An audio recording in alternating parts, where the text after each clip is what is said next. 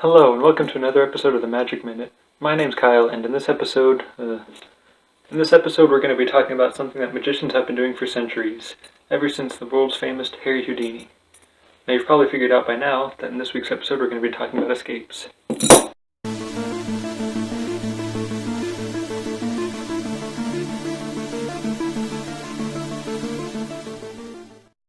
Now I don't really do a whole lot of escapes. Those are more danger acts, and I prefer to go with the comedy act.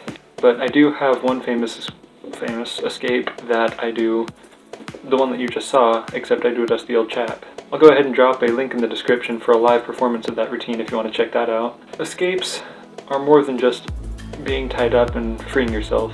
Not all escapes have to be dangerous or even involve people.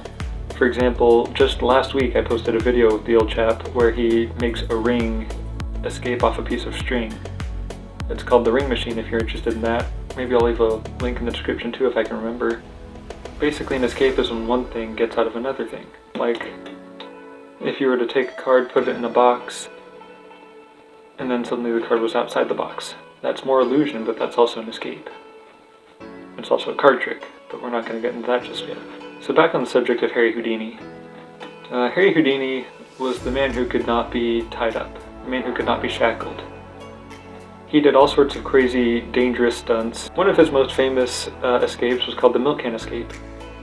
And back in the day when he was popular and alive, there was this giant milk jug. Maybe I'll pull up Google images of him with poking his head out. Basically, he'd get himself locked into this giant basin with the lid secured on and locked into place, chains tied around the whole thing, and within seconds he would be out. Another one of his most famous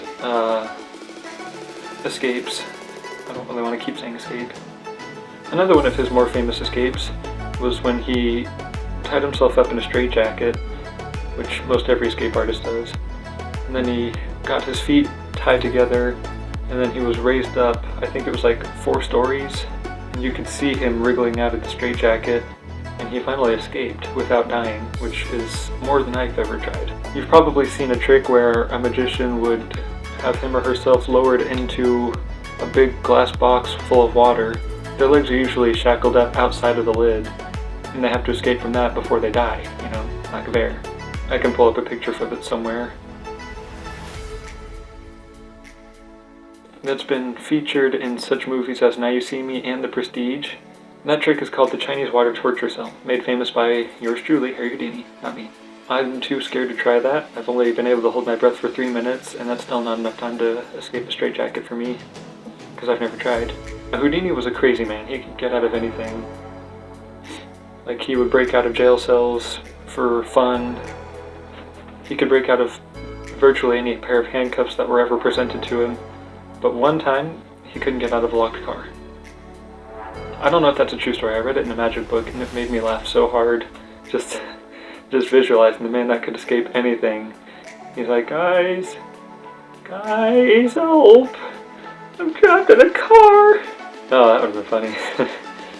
Maybe that should be another video I make. There is one rope trick that you've likely seen before, and it would technically count as an escape. The cat's cradle, where you put your hand in the middle and you tighten it, and then you put your hand out through the middle again, and then their hand is free.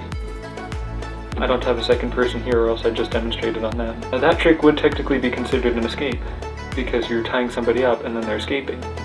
Another escape that you could do to yourself is you just tie the rope, wrap it around your neck nice and tight, and then 1, 2, 3, you're free. That's just a cute little trick that I like to do. It scares people sometimes, other people it just makes them laugh. I might figure out how to make the old chap do that, that'd be funny. Like I said, I don't know much about escapes, so I don't have much to talk about in this episode. I do, however, have this very special guest that I'd like you to meet. Esther, come here. Come here. Esther, come here. Really? You're gonna make me get up? Come here. Esther. Ladies and gentlemen, this is Esther. The cutest pupper who ever lived. Now, Esther is going to show you a magic trick now. Alright, Esther, get to it. She just woke up. She's a little tired still. Alright. I'll help you.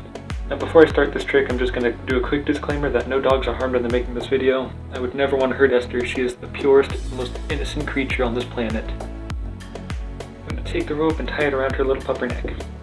Again, no dogs are harmed. Because if poor Esther over here got hurt, her mother would kill me. So then we'd take the big rope and we'll just loop it back around her neck like so. Now it would look like no creature could ever escape such cruel bindings, you know, such terrible I don't know. But of course Esther is no innocent creature. See, she's free from the rope.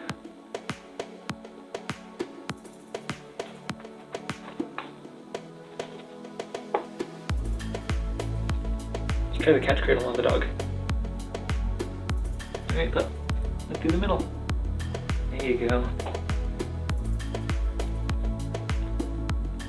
Esther, where's my kiss? Give me a kiss. There we go. Yeah. Okay. Ta-da! Well, thanks for watching, and tune in next week for a new theme of the month.